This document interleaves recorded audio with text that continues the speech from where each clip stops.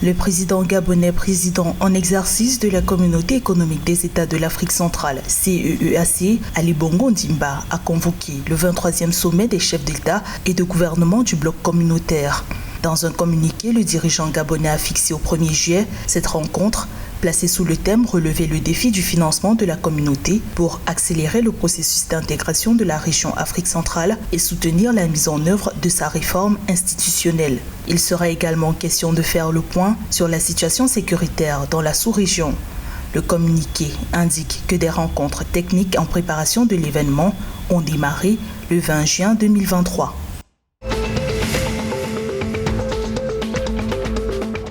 La coalition Lamuka réclame le changement du fichier électoral. Lors d'une conférence de presse le 19 juin 2023 à Kinshasa, l'ancien candidat à la présidentielle de 2018, Martin Fayulu, a annoncé que son parti politique ne présentera aucun candidat aux élections générales du 20 décembre 2023 si cette requête n'est pas prise en compte. L'opposant invite à une résistance citoyenne pour obtenir un fichier électoral rénové avant les prochains scrutins. Martin Fayulu a cependant indiqué que cette démarche ne s'inscrit pas dans une logique de boycott des élections.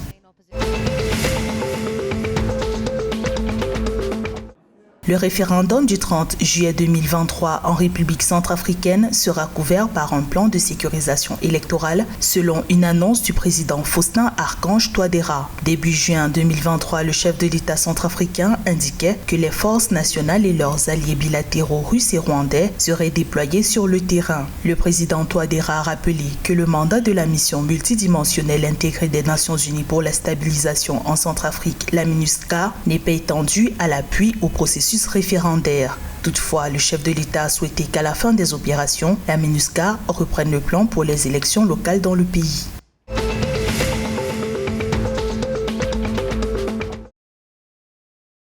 Sao Tomé et Principe a rejoint le Fonds pour le développement des exportations en Afrique, FEDA, de la Banque africaine d'import-export, Afreximbank. L'adhésion à l'accord réalisé sous la direction du Premier ministre santoméen Patrice Trovoada vise à attirer davantage d'investissements dans des secteurs critiques de l'économie de l'archipel, explique un communiqué officiel du 15 juin 2023. Le FEDA est une initiative d'investissement d'Afreximbank pour sécuriser le capital et le financement des activités du secteur du commerce en Afrique. Ce portefeuille d'investissement bénéficie d'un fonds d'ajustement de 10 milliards de dollars pour aider les pays à participer efficacement à la zone de libre-échange continentale africaine.